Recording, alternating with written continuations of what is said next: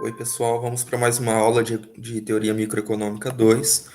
Na última aula, nós falamos sobre concorrência perfeita e o monopólio, além do monopsônio. Na aula de hoje, conforme nós tínhamos combinado, nós vamos estar falando um pouquinho sobre a concorrência monopolística e o oligopólio, tá? E depois eu vou falar sobre o oligopsônio mais brevemente, tá? A nossa concentração maior vai ser sobre o oligopólio. Oligopólio que muitos conhecem, os tipos de oligopólio que nós temos, como, por exemplo, através dos cartéis também, né? Poucas empresas dominando o mercado. Então, nós temos formação de cartéis, nós temos tipos diferentes de oligopólio, modelos diferentes que podem ser seguidos pelas empresas, como se dominar o mercado oligopolista. Tá? Então, dentro disso, nós vamos estar tratando nessa aula sobre a concorrência monopolística e o oligopólio, principalmente. Bom, vamos lá. A concorrência monopolística, muitas vezes vocês podem se confundir pelo nome, né? Ah, professor, nós vimos a concorrência perfeita e nós vimos monopólio. Então, é o que? É uma mistura dos dois? Sim, podemos considerar uma mistura dos dois, né? Nós temos uma parte que é de concorrência, onde nós temos a concorrência entre empresas, mas nós temos características do monopólio, que é o que? Diferenciação do produto. E a concorrência monopolística é bem comum se observar dentro do mercado. Tá? Então, vocês podem encontrar várias empresas que estão inseridas dentro de uma concorrência monopolística. Então, a característica dessa concorrência é o quê? Tem muitas empresas dentro do mercado produzindo dado, bem ou serviço. Existem produtos diferenciados, o produto tem sua diferenciação dentro dessa concorrência, porém ele tem substitutos próximos, tá? E cada empresa tem certo poder sobre os preços, diferente da concorrência perfeita, onde o preço era dado, né? Uma empresa, um produtor, se quiser ter um preço diferenciado, muito provavelmente ele sairia do mercado, né? Ou ele tomaria prejuízo em caso de que ele quisesse cobrar mais barato. Por quê? Porque são produtos homogêneos. Nesse caso, a concorrência monopolística não. Nós temos diferenciação do produto e nós temos, então, um poder sobre os preços do comerciante, do produtor, tá? Então, o consumidor passa a ter opções de escolha de acordo com sua preferência na concorrência monopolística. Se nós observarmos a demanda, ela é negativamente inclinada e ela é um modelo mais realista que a concorrência perfeita, conforme nós já vimos, né? Nós não temos barreiras de entrada, nós não temos um produto idêntico, né? Nós temos diferenciação de preço, o preço não é dado, então isso se torna muito mais realista do que a concorrência perfeita. Então, essa não entrada de barreiras, não existência de barreiras à entrada, no longo prazo, nós temos que ocorrem os lucros normais, tá? Já no curto prazo acontece que nem na concorrência perfeita, da existência de lucros extraordinários, justamente quando se tem o lucro extraordinário, acaba atraindo novas empresas para dentro do setor, onde no longo prazo isso não vai existir, então existirá apenas lucros normais. Bom, um exemplo disso é o comércio varejista, né? Eu trouxe um exemplo mais claro. Se pegar, por exemplo, o comércio de calçados, né? Nós temos diversos tipos de calçados. Vamos pegar o exemplo de comércio de calçado masculino. Ah, professor, sapato social é tudo igual. Não. Temos diferenciação do tipo de sapato. Por exemplo, um leva couro, o outro é de uma outra maneira, tá? Então, o comércio varejista é um desses exemplos de concorrência monopolística. E aí nós vamos entrar então na parte do oligopólio, que seria a nossa parte mais importante dentro da aula. O oligopólio ele pode acontecer de duas maneiras: ser um oligopólio concentrado ou um oligopólio competitivo. O oligopólio concentrado ele tem como característica o pequeno número de empresas dentro do setor, como por exemplo a indústria automobilística. Então nós temos uma concentração de empresas dentro desse setor, com uma pequena quantidade de empresas dominando então o setor, né, de indústria automobilística. Já o oligopólio competitivo, existe um pequeno número de empresas dominando um setor com muitas empresas, como por exemplo a Ambev, né? A Ambev ela é detentora, né? Ela domina esse mercado de bebidas. Ela é detentora de várias marcas de bebida, na qual ela vai estar comercializando então, tá? Aqui está uma foto para ilustrar o oligopólio, né? Como, por exemplo, o nosso oligopólio competitivo, onde nós temos um pequeno número de empresas dominando, então, o setor com muitas empresas. Então, aqui nós temos poucas empresas, mas que tem uma gama enorme de empresas na qual ela domina. Bom, dentro do oligopólio, algumas características deste mercado é o quê? Uma alta a questão de demandas relativamente inelásticas, ou seja, os consumidores não têm poder de reação à alteração de preços. Existem barreiras à entrada de novas empresas no setor. Essas barreiras podem ser definidas não apenas barreiras legais, mas como, por exemplo, de preço, de quantidade na qual essa empresa está determinando dentro do mercado, como, por exemplo, ali nós vimos a Ambev no setor de bebidas, né? Para uma nova empresa surgir nesse mercado, ela tem que entrar sozinha e competir com outras marcas já definidas dentro deste mercado. Então, dentro do oligopólio, ele é característico já um pequeno número de empresas, diferente do monopólio, que é uma única empresa, né? Então, no oligopólio, são um pequeno número de empresas. E no longo prazo, diferentemente da concorrência perfeita e da concorrência monopolística, onde os lucros extraordinários eles somem, né? Nesse caso, no oligopólio, não. Os lucros extraordinários eles continuam, assim como no monopólio, surgindo então barreiras à entrada de novas empresas dentro do mercado. Aí nós vamos falar então sobre os tipos de formação, de formas de atuação no oligopólio. Nós temos principalmente dois tipos: o comportamento não cooperativo e o comportamento cooperativo. O não cooperativo, como o próprio nome já diz, essas empresas vão concorrer entre si, ou por preços ou por quantidades, né? Já por comportamento cooperativo, ocorre a formação de cartéis ou até mesmo a fusão de empresas. Formação de cartéis, o mais clássico dos exemplos, né, de oligopólio com formação de cartéis, são os postos de combustíveis, né? Nós temos poucos postos de combustíveis e os postos de combustíveis que existem, eles têm um comportamento cooperativo. O preço é diferente um do outro? Sim, existe diferenciação, porém são muito próximos, né? Então isso faz então com que nós tenhamos um tipo de cartel, né, um comportamento cooperativo. E alguns tipos de fusão de empresas, como por exemplo no setor educacional, a fusão da Anhanguera com a Croton, ou no setor bancário, o HSBC com o Bradesco, ou Itaú com o Unibanco. Então são tipos de fusões, né, que acontece, fusão de empresas que acontece, que se torna um comportamento cooperativo. Dentro do comportamento cooperativo, nós podemos citar os dois tipos de cartéis: o cartel perfeito e o imperfeito. O cartel perfeito, como o próprio nome também já deixa claro, é o quê? Onde todas as empresas dentro deste setor, dentro desse cartel, têm a mesma participação. Então, se nós temos isso acontece principalmente em cidades pequenas, né? Imaginar que uma cidade tem 3, 4 postos de combustíveis, né? E eles estrategicamente colocam um em cada ponto da cidade. Ah, professor, mas por que ele faz isso? É justamente tentando, né, mostrar que tem uma certa concorrência dentro da cidade, porém é do mesmo dono, né? Então isso faz com que tenha a mesma participação. Já o cartão imperfeito não. Por mais que existem poucas empresas, essas empresas conseguem se diferenciar de alguma maneira, tendo empresas líderes e empresas seguidoras, né?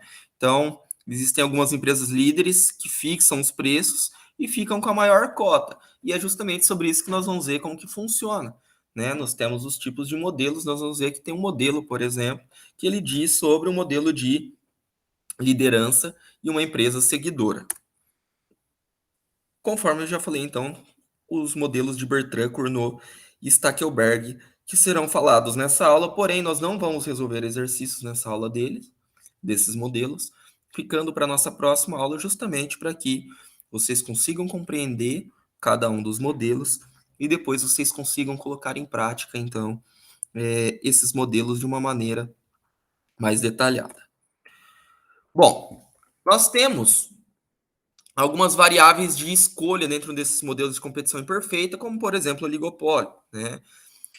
As empresas elas podem tomar decisão de duas maneiras: ou buscar ser um diferencial dentro desse oligopólio através da quantidade, ou preço.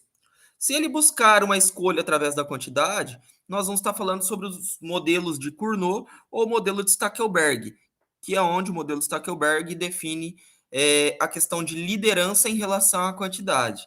Já se ele tomar por escolha, utilizando a variável preço, nós vamos estar falando principalmente de um modelo de Bertrand, tá? Que é onde uma empresa se toma, né? Toma a frente dentro deste mercado através dos preços, tá? E também a decisão das firmas podem acontecer de duas maneiras. Elas podem acontecer de forma simultânea, ou seja, as duas empresas tomam decisões simultâneas, sem uma conhecer o que a outra vai estar fazendo, como, por exemplo, o modelo de Bertrand e o Cournot vai ter essa característica na hora de calcular, ou também as firmas podem tomar decisões através de uma ação não simultânea. O que seria uma ação não simultânea? Ela conhecer a estratégia do seu adversário para conseguir então tomar a sua melhor decisão. É a ideia do modelo de seguidor e líder, né? Que é o nosso modelo de liderança, conhecido também pelo modelo de Stackelberg, que é o modelo de liderança de quantidade. Bom, aqui está uma diferença breve de cada um dos tipos dos modelos de competição imperfeita. Nós temos então três tipos principais que são abordados em concurso, são abordados na prova da ANPEC. Então é de extrema importância que vocês saibam calcular os três modelos, que é justamente para facilitar vocês na hora de um concurso ou até mesmo uma prova para vocês entrarem dentro do mestrado, tá? Então, o modelo de Cournot, cada firma vai tomar sua decisão em relação ao quanto que vai produzir, tá? Então, o modelo de Cournot ele é definido pela quantidade. A quantidade que vai maximizar o lucro, considerando então que seu concorrente não varia sua produção. Nós estamos falando então de forma simultânea. O modelo de Cournot, a firma toma a decisão de quanto vai produzir, independente do quanto vai produzir a sua empresa concorrente. Tá? Então, imaginando que cada um tem sua estratégia dentro deste mercado. O modelo de Bertrand, a diferença vai ser o quê? Se o modelo de Cournot leva em consideração o quanto que a empresa vai produzir, o modelo de Bertrand busca a questão da maximização do lucro em relação da escolha do preço pela qual ela vai vender. Então, ela não busca primeiramente a quantidade, ela tenta determinar primeiramente o preço, assumindo também uma questão de ação simultânea, que o concorrente vai manter o seu preço inalterado, de tal maneira que você vai maximizar então o seu lucro. Então, o modelo de Bertrand é um modelo então que busca um mercado através dos preços, tá? Já o modelo de Stackelberg, ele é parecido com o modelo de Cournot em relação ao quanto que vai produzir, porém ele é diferente em algumas questões, como por exemplo, ele não leva uma ação simultânea, ele leva em consideração uma ação não simultânea. O que significa isso? O modelo de Stackelberg, a empresa vai buscar sempre observar a estratégia de uma outra empresa, tá? Então a firma ela reconhece que seus concorrentes elas vão decidir, como no modelo de Cournot, e incorpora as curvas de reação dos concorrentes à sua função lucro. E dentro do modelo de Stackelberg, então, nós temos dois tipos de firma: o modelo de firma de líder, né, modelo de firma líder, e o modelo de firma seguidora. Aqui está uma forma de como se calcula, porém nós vamos dar ênfase maior de como se calcula na nossa próxima aula, onde nós vamos estar fazendo de maneira conjunta esses exercícios, a resolução dos exercícios, tá? Mas o que vocês podem pegar? Que o modelo de Cournot ele leva em consideração o quê? A maximização do lucro de uma empresa, assim como, né, na teoria da firma que nós vimos, né? Então nós vamos levar em consideração a maximização do lucro da firma, dado então a produção dessa firma, sem considerar a produção da firma concorrente, em relação a seus custos, tá? E aí nós vamos levar em consideração a condição de primeira ordem, nós vamos derivar, conforme foi feito também quando nós fizemos através do método de Lagrange, e aí nós vamos encontrar, então, a quantidade ótima produzida, né, por essa firma no modelo de Cournot. Posteriormente, nós vamos fazer isso de forma semelhante para a firma 2, tá? Então, na firma 2, nós vamos observar também a quantidade produzida dessa firma em relação apenas aos seus custos, tá? Em relação ao preço de mercado. Aqui nós estamos falando com duas empresas, tá? Então, nós estamos falando de duas firmas. Estamos falando de um duopólio. Professor, pode acontecer com mais firmas? Sim.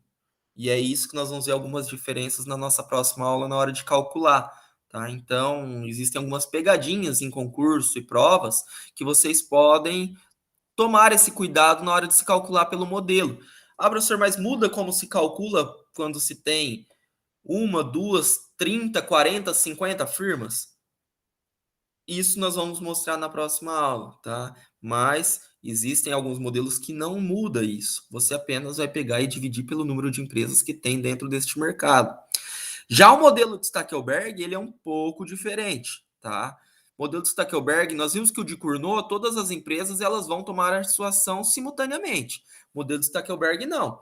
Nós vamos considerar aqui também duas firmas.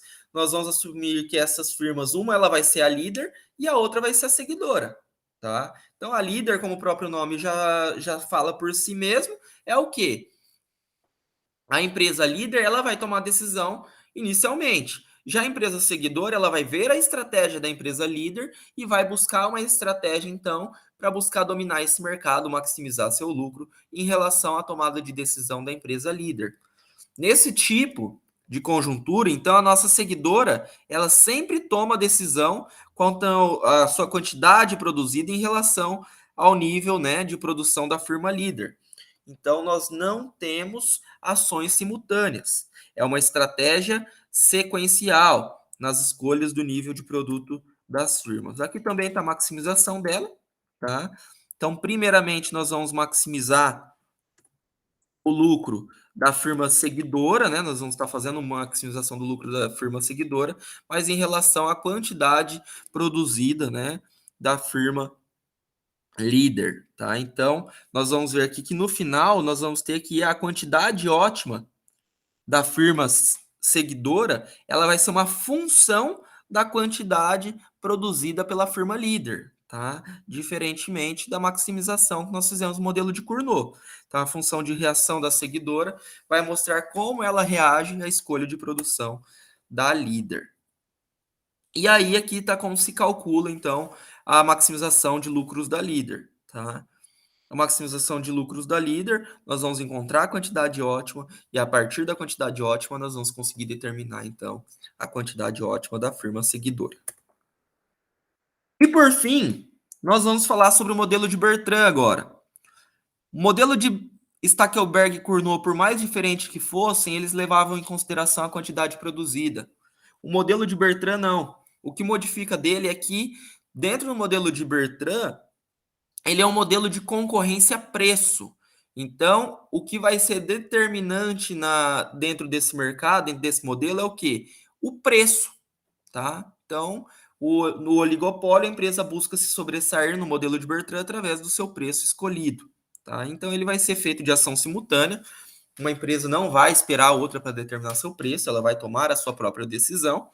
Então, nesse modelo, as firmas têm seus preços fixos, independente das decisões das demais, e uma das firmas pode deter todo o mercado, tá? Então, uma das firmas pode ter todo o mercado em conta da relação de preços, tá? Então, vamos supor, primeiramente, que existem duas firmas no mercado, nós vamos fazer da mesma maneira, calcular o lucro da firma 1, depois nós vamos calcular o lucro da firma 2, tá? E como as firmas, quando nós temos firmas idênticas, ou seja, com a mesma função custo, o equilíbrio de Bertrand vai ser o equilíbrio competitivo onde o preço é igual ao custo marginal, que é uma das características que nós vimos na aula passada, né? Onde o preço é igual ao custo marginal, em caso de firmas idênticas, nós temos então a determinação da quantidade produzida e os preços dessas firmas dentro do mercado.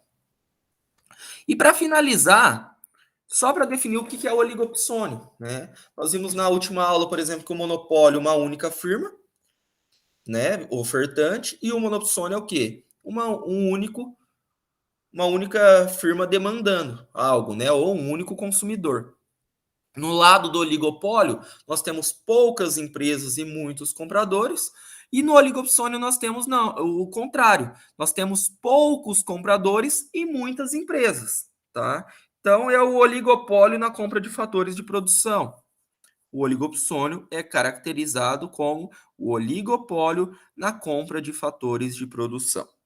Um exemplo disso, citando também a indústria automobilística, nós vimos que a indústria automobilística ela pode ser considerada como oligopólio, mas também ela pode ser um oligopsônio, quando ela busca a compra de autopeças, né? Então, se ela for comprar peças para a produção dos seus automóveis, automaticamente nós temos um oligopsônio, são poucos compradores para uma grande gama, então, de ofertantes. E outro caso, a indústria de laticínios com produtores rurais locais, tá? Então, existem vários exemplos de oligopsônio, não é algo tão incomum. Então, aqui está um resumo das principais características das empresas, das estruturas de mercado, para vocês darem uma olhada em relação ao número de empresas, aos produtos comercializados, como que funciona, o controle das empresas sobre os preços e as condições de ingresso na empresa. Na nossa próxima aula, aqui eu já vou deixar para vocês, nós vamos estar resolvendo esse modelo, esse exercício de modelo de Stackelberg, tá? Modelo de Stackelberg, aquela questão de liderança e seguidor, e eu vou buscar também trazer um exercício de Cournot, tá? Então nós vamos resolver dois, e aí depois vou passar exercício para vocês, para que estejam fazendo também. Aqui estão nossas referências, tá? Caso vocês tenham dúvida, estou à disposição. Caso não tenha dúvidas, na próxima aula nós vamos fazer uma aula síncrona, tá? Então, justamente para resolver esses exercícios. E aí eu estarei à disposição de vocês para que consigam tirar todas as dúvidas possíveis, tá? Então é isso, pessoal. Agradeço. Peço que vocês se atentem a esses tipos de estruturas de mercado, aos modelos de como se calcula, comecem já a pesquisar sobre o modelo de Cournot, o modelo de Stackelberg, o modelo de Bertrand, para que na próxima aula, na resolução de exercício, vocês não fiquem perdidos e vocês consigam compreender da melhor maneira possível. Então é isso, uma boa noite para vocês e até a nossa próxima aula, tá?